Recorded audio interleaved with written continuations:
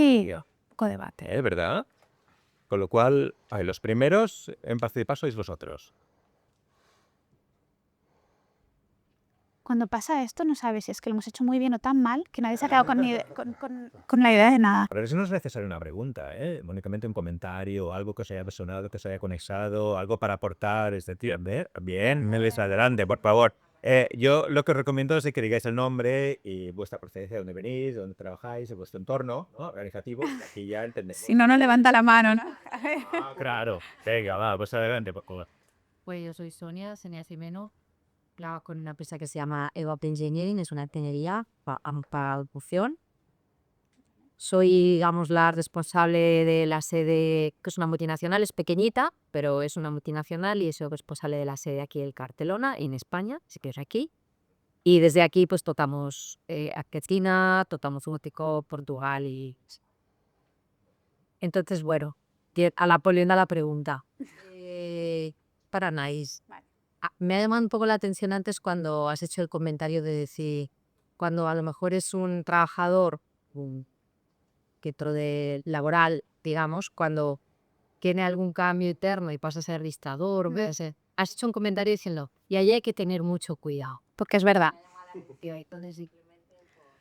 A ver, es una cuestión bastante jurídica que tampoco sé si vale la pena entrar, pero sí que es verdad, al final, todo el planteamiento que hemos hecho nosotros está pensado para trabajadores que les aplica el Estatuto de los Trabajadores, ¿vale? Que sería la ley básica, ¿vale?, que regula pues, las relaciones laborales en España. Luego hay los convenios colectivos, que están más pensados para sectores especiales o regiones. Entonces, cuando a un trabajador dejamos de tenerlo solo en ese plano de lo que es el Estatuto de los Trabajadores y le asignamos, por decirlo de una manera, un cargo del Consejo de Administración, ¿vale?, y también si le doy acciones, eso puede mutar la naturaleza de la relación, porque al final pasa a tener una serie de potestades, derechos, y sobre todo si le damos unos poderes, que hace, como digo, que mute esa relación y puede pasar a ser una relación mercantil, ¿vale? ¿Y eso qué implica? Pues que de alguna manera todas esas garantías que están cubiertas por el Estatuto de Trabajador no le aplique. En realidad, si tú solo eres administrador y tienes relación laboral, más allá de que pudieran convivir, es que es una cuestión bastante técnica, más allá de que pudieran convivir, lo primero que te suele cambiar es el régimen de seguridad social. Y lo más relevante es que lo que te puede pasar es que si el día de mañana te despiden, vas al paro y te dicen que no tienes paro, porque una de las características de formar parte del Consejo de Administración es que tu régimen en seguridad social pasa a ser de asimilado. No sé si esto suena mucho a chino o algo, pero perdón, pero ¿eso qué implica? Que no cotizas por desempleo. Y de esto hay pleitos así. Entonces, por eso, a veces, desde la ignorancia jurídica, ¿de acuerdo?, por el querer quedar muy bien con el trabajador, por el querer decirle, yo cuento contigo, vas a formar parte del consejo, ¿vale? Es como decía mi profesora en la universidad, que bueno, ha llovido muchos años, pero aún me acuerdo, dice, le estás dando una patada en realidad. Queriendo hacerle un favor, le estás haciendo un desfavor, que ya sé que no existe la palabra, pero bueno. Entonces, con eso hay que ir con mucho cuidado. Por tanto, cuando queramos hacer ese planteamiento de cómo motivar, cómo fidelizar, ¿vale?, tengamos en cuenta que puede, depende de lo que hagamos, impactar en la naturaleza de su relación y eso puede acabar perjudicándole. Hay muchos mecanismos, luego de blindajes, tal, pero esto hay que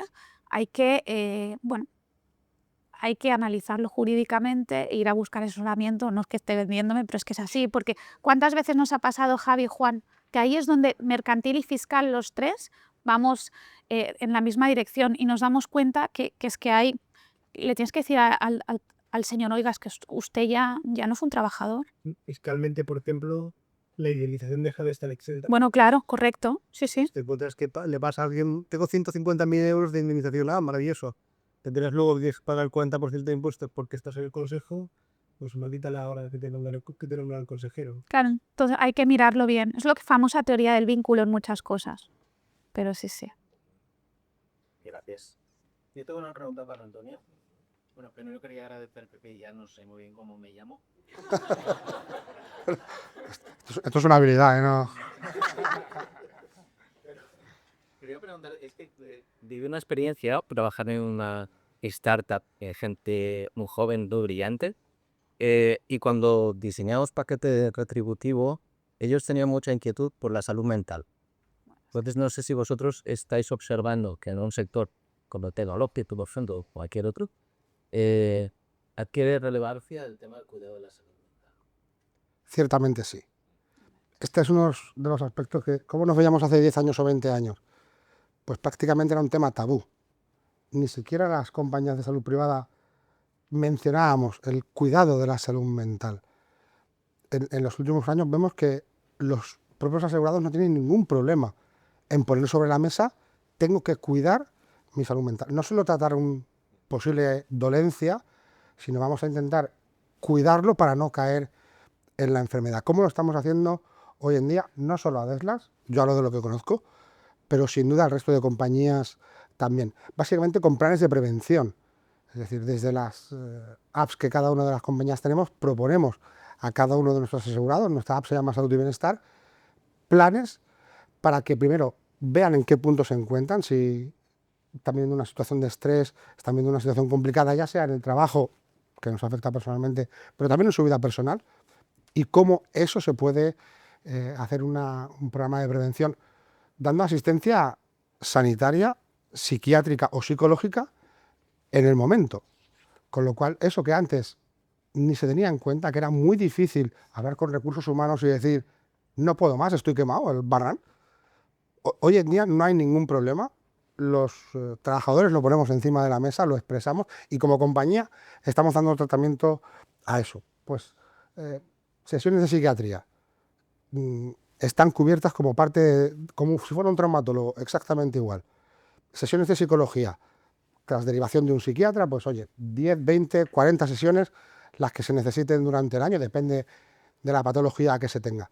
Con lo cual, sí, a los asegurados les afecta, les importa, cada vez preguntan más qué cobertura estamos ofreciendo, qué cuadro médico tenemos a su disposición hoy en día. En ciudades grandes como Barcelona, pues no hay demasiado problema, Barcelona, Madrid, Valencia, Sevilla, pero estamos ofertando a nivel nacional para que se pueda hacer uso.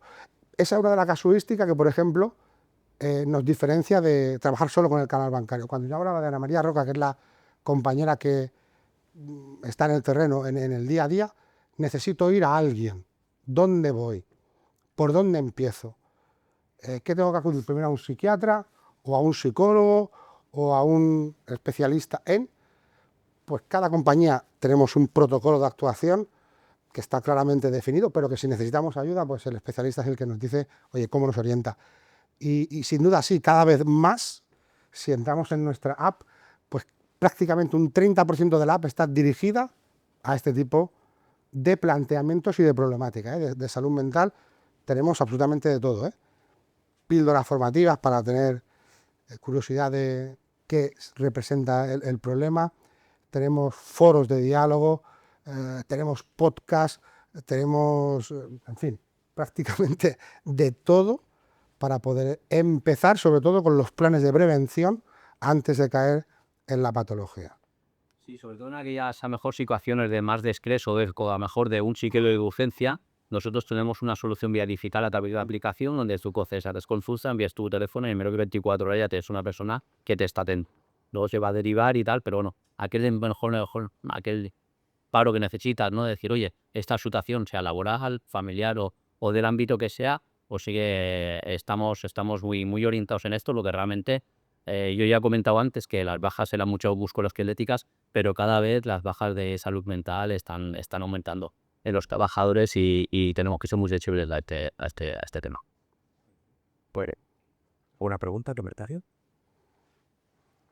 Albert, yo quería preguntarte, aprovechando un poco el observatorio que te brinda, ¿no? Una posición donde estés en primera línea, ¿no? Oyendo, escuchando cómo están mirando los perfiles profesionales, cuáles son las demandas de vuestros clientes, cuáles son un poco las principales tendencias. Y ahora tenemos una revolución tecnológica con la IA a la cabeza, donde estamos en una fase embrionaria, pero que probablemente está determinando unos perfiles profesionales, quizás pues, con algunas variaciones, matices, modificaciones o no, o incluso proliferando algunos absolutamente nuevos, ¿no? Tenemos informes donde nos dicen que la fuerza laboral va a cambiar tremendamente en los próximos años y me gustaría saber cuánto de verdad hay eso hoy, en este momento, ¿no? Por lo cual, no sé, ¿qué nos dices? ¿Cómo está virando el mercado? Bueno, yo creo que está virando en dos niveles, ¿no? Por un lado se están creando nuevas posiciones y la más es la de jefe de IA, que hay determinadas organizaciones que ya lo tienen, ¿no? Que tienen una función bastante transversal, porque no es solamente comprar e implantar herramientas, sino cómo cambiamos la forma de trabajar dentro de la empresa con la asistencia de la IA. Y por otro lado, obviamente, pues hay posiciones que desaparecen porque se automatizan o se reducen, ¿no? Pues, por ejemplo, yo lo noto en mi trabajo de día a día, la gestión de la agenda pues se hace de una manera totalmente diferente como lo hacía 10 años, ahora la tengo automatizada. Yo envío un link a los candidatos para que vean mi agenda y se coloquen donde quieran. Esto antes se hacía manualmente cogiendo el teléfono y mirando una agenda de papel. Pues este tipo de posiciones desaparecen. Eh, em, y no solo es que se crean nuevos puestos y que se reducen en determinados niveles porque se automatizan, sino que también cambia el rol de determinados managers, ¿no? y directivos. Al final, también hay una tendencia que en el momento que tú eliminas la figura de un jefe porque ciertas tareas de control, por ejemplo, ahora están automatizadas con un CRM, sí que notas que hay gente que pierde un referente, ¿no? Que le falta un referente, que quería un jefe que pasa a ser más un coach que un evaluador o que un controller, ¿no? De tu trabajo como tal, ¿no? Es alguien que te tiene que animar y esto cambia las competencias de la persona que tiene que desarrollar, por ejemplo, una posición de jefe de ventas o de director comercial. Entonces te diría que a dos niveles, ¿no? Por un lado hay posiciones que desaparecen, por otro hay posiciones que se crean y al mismo tiempo cambia las funciones de los directivos en cierta manera. Y especialmente, por ejemplo, es decir, hoy en día yo creo que un director general es que no se puede permitir no conocer la IA. Ya es prácticamente un requisito, porque cambia la forma de trabajar de todos. Y esta serie de competencias que necesitan hace que ciertos perfiles híbridos pues ganen peso. Y cuando me refiero a perfiles híbridos, me refiero a personas que sean capaces de tener una función técnica y un puesto de trabajo tradicional, o sea, hacer lo que estaban haciendo hasta ahora, pero al mismo tiempo que sean capaces de estar al día de lo que se está generando en IA y ver cómo pueden implantarlo dentro de su función y de su responsabilidad.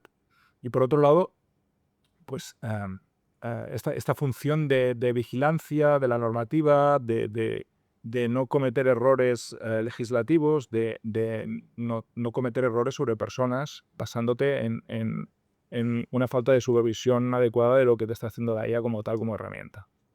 Entonces, sí, cualquier nivel está cambiando. Yo puedo hacer un pequeño apunte. Claro, de eso se Yo- me raíz. Yo a nivel profesional os tengo que decir que cada vez recibo más consultas relacionadas a la necesidad de amortizar puestos precisamente porque la IA lo está sustituyendo. Entonces, estamos haciendo muchísimos procesos de despido, ya sé que no es algo de lo que hay que estar orgulloso, pero es verdad, pero es cierto, Sí. pues justamente por eso, porque donde antes había la necesidad de 3 personas, ahora es que incluso 0, y nos lo estamos encontrando cada día. Y hasta ahí el punto, yo creo que también hay que ser imaginativos y en este sentido también cómo se comportan las organizaciones, las empresas respecto a los trabajadores en estas situaciones.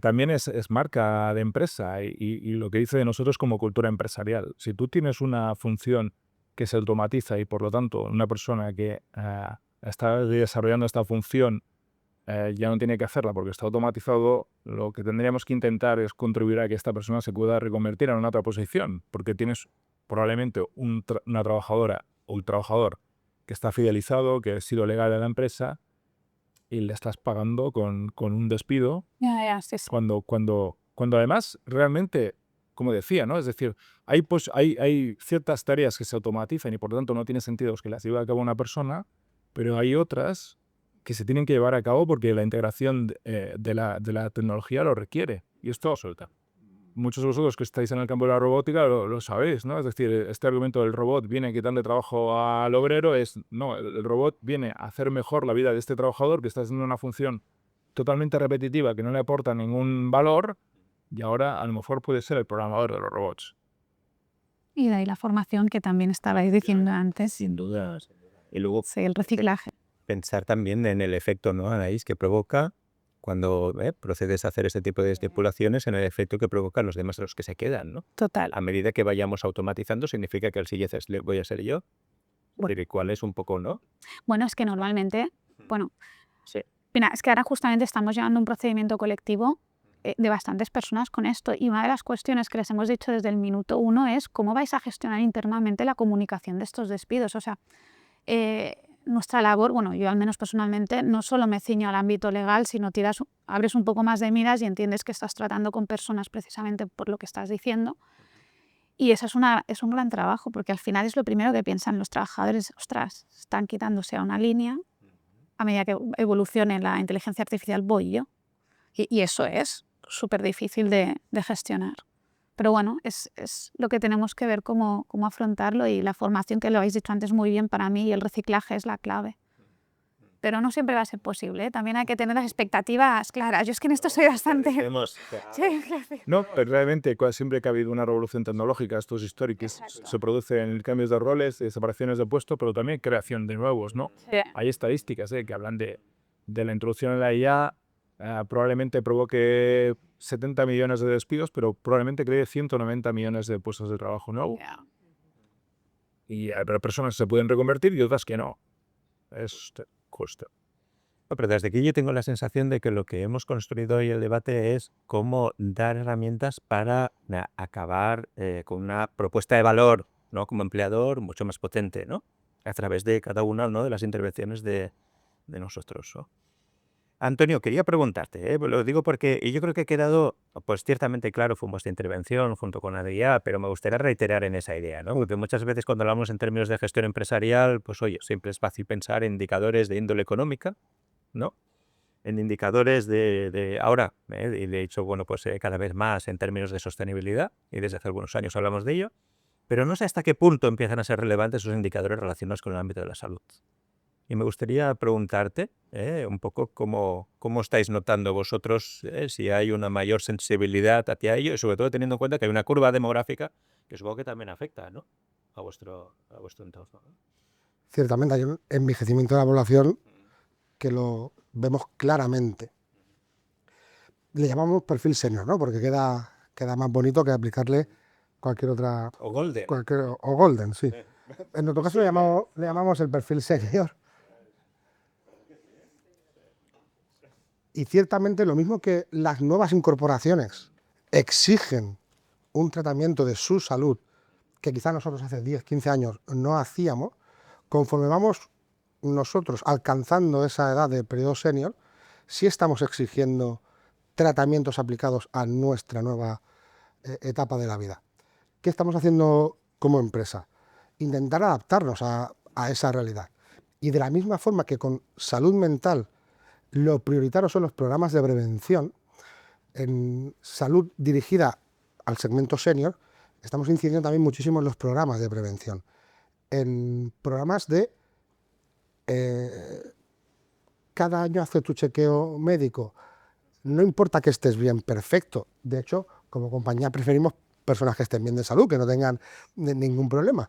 Vamos a intentar mantener ese estado el máximo de tiempo posible con los chequeos médicos anuales, con los programas dedicados a fortalecimiento musculoesquelético, a no tener problemas posturales, porque cada vez alargamos más el periodo de actividad laboral. Sí que es cierto que hay quien tiene la capacidad de jubilarse a los 60, pero eso cada vez va a menos. Todos estamos estirando y por lo que se dice aquí iremos a los 67, quizá alguno a más. Ya estamos en los 67, legalmente ya estamos. Ya estamos. Perdón. No, al contrario. Cuanto más alargamos la edad, lamentablemente los achaques propios de la salud nos van a sobrevenir a todos. ¿Cómo hacemos con eso? Intentar que llegue lo más tarde posible. Y la forma de hacer eso son con programas de prevención. De hecho, tenemos ahora uno que me parece especialmente interesante: fomentar el ejercicio físico en personas de más de 65 años. Porque está demostrado, los ejercicios de fuerza hacen que lleguemos a edades más longevas con la mejor forma posible. Y no hay forma de sustituir esos ejercicios de fuerza. A veces decimos, bueno, hago cualquier otro ejercicio físico. Perfecto, hago cardio. Estupendo. Pero los ejercicios de fuerza son necesarios. Pues se insiste mucho en ese tipo de planes de prevención. Porque todos queremos llegar a esa edad.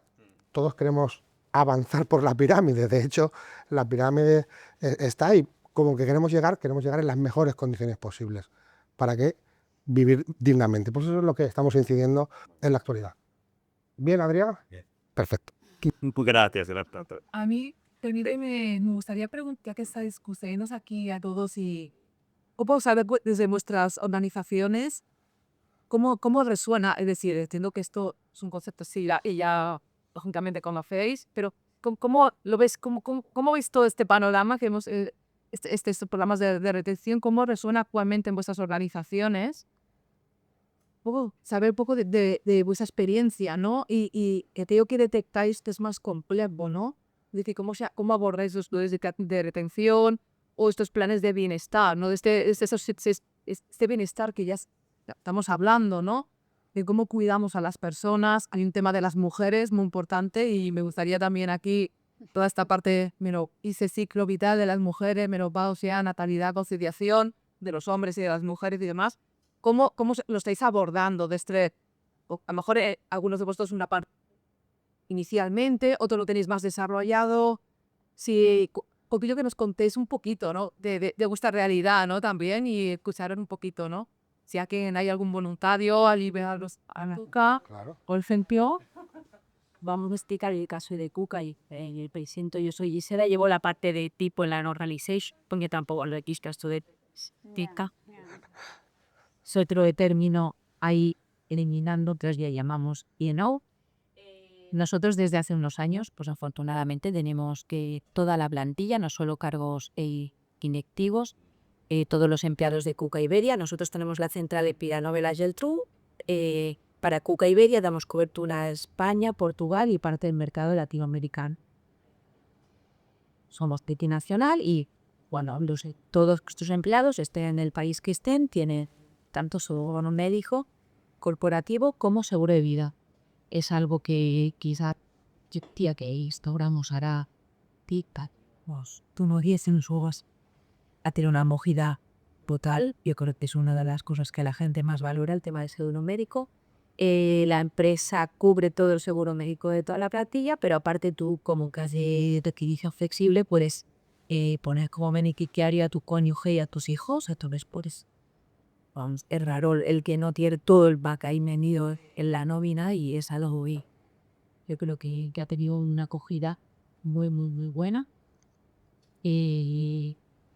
Cosas que yo también llevo Cuca trabajando más de 20 años, cosas que detecto cambio ahora cuando empiezo a contratar gente y ya empiezo fecha de nacimiento y los miles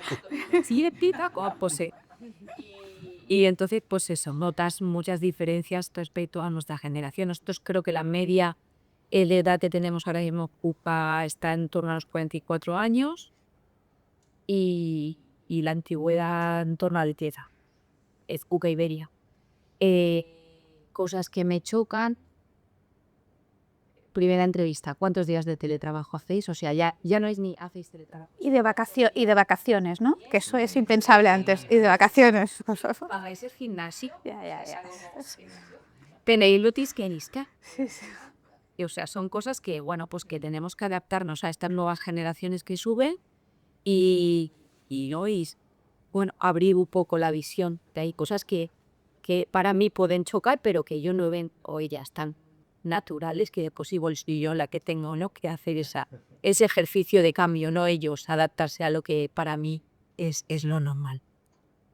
Luego también dentro de nuestra empresa harán planes de crecimiento para los empleados. Yo hablo de la parte técnica, pero con de tipo de técnicas, y es un perfil más joven. Entonces, todo esto viene muy al día y choca mucho más con esta generación. Parte del tema de home office, hablamos de técnicos, hay que ir a casa de cliente. Desde casa es complicado, esto sale, pero de todo el crecimiento y de bienestar y todo, y los planes de crecimiento, pero luego hay un rechazo a la responsabilidad. Bueno, es que eso es otro tema, sí. Responsabilidad no. Totalmente. Y esto es muy complicado de encajar. Sí, exacto. O hacer horas de más y dije, no, pero que están retribuidas, que está tal. Ya, pero ellos les prima más no tener su tiempo libre y su conciliación familiar que el poder ganar más, lo que decíais, no es tan importante a lo mejor esa retribución económica para esto.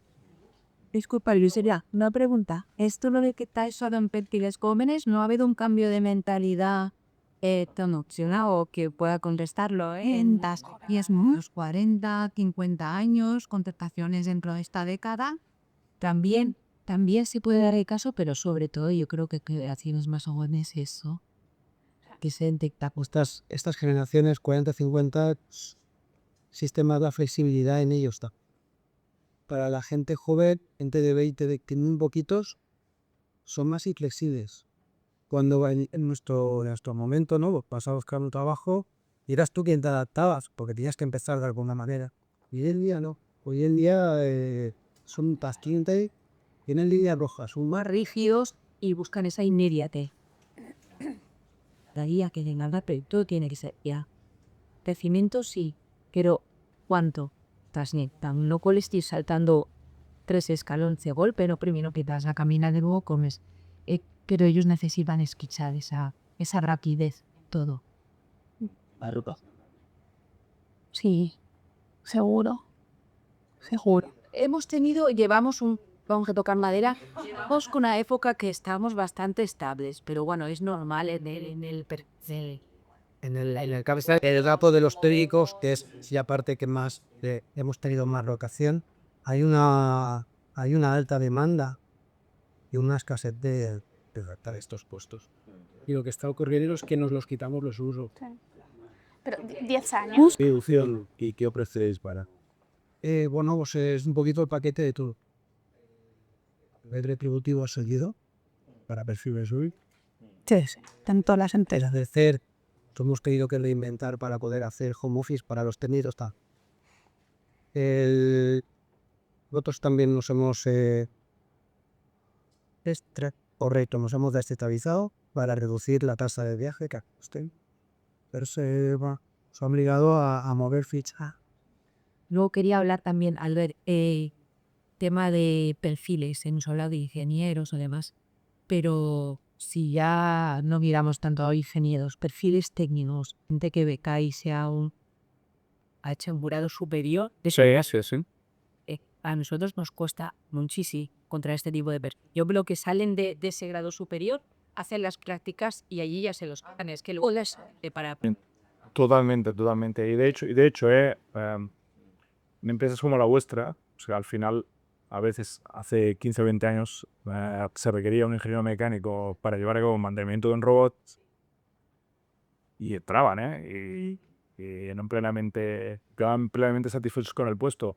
Pero ahora realmente no es necesario que tengas un ingeniero engrasando un robot, ¿vale? Pero es que además el ingeniero que sale no quiere engrasar un robot, porque tiene 50 puestos mejores para colocar dos. Entonces, ciertamente hay un desfase entre la oferta y la demanda importante y hay mucha demanda de técnicos en general. Cualquier mecatrónico tiene oportunidades de trabajo. Y al final, la parte retributiva, desde mi punto de vista, no es la esencial. Es lo que, sobre todo lo que buscan es carrera. Quieren ir creciendo. Y podemos analizar, ¿no? por qué es esto y por qué pasa, y podemos tener muchas teorías, ¿no? Pero es la realidad. Quieren cambio. Y a veces cambian de empresa simplemente porque este crecimiento que no pueden tener en esta empresa lo dan en otra. O porque el viernes por la tarde es fiesta. A veces. No, sí. Bueno, si yo te explicara cosas. Te digo yo que sí. O en general los perfiles. Cuando hay mucha demanda de perfiles, mira, te hablo de un caso que es. Me pidieron buscar un full stack developer para aplicaciones informáticas, para banca, para una empresa ligada aquí.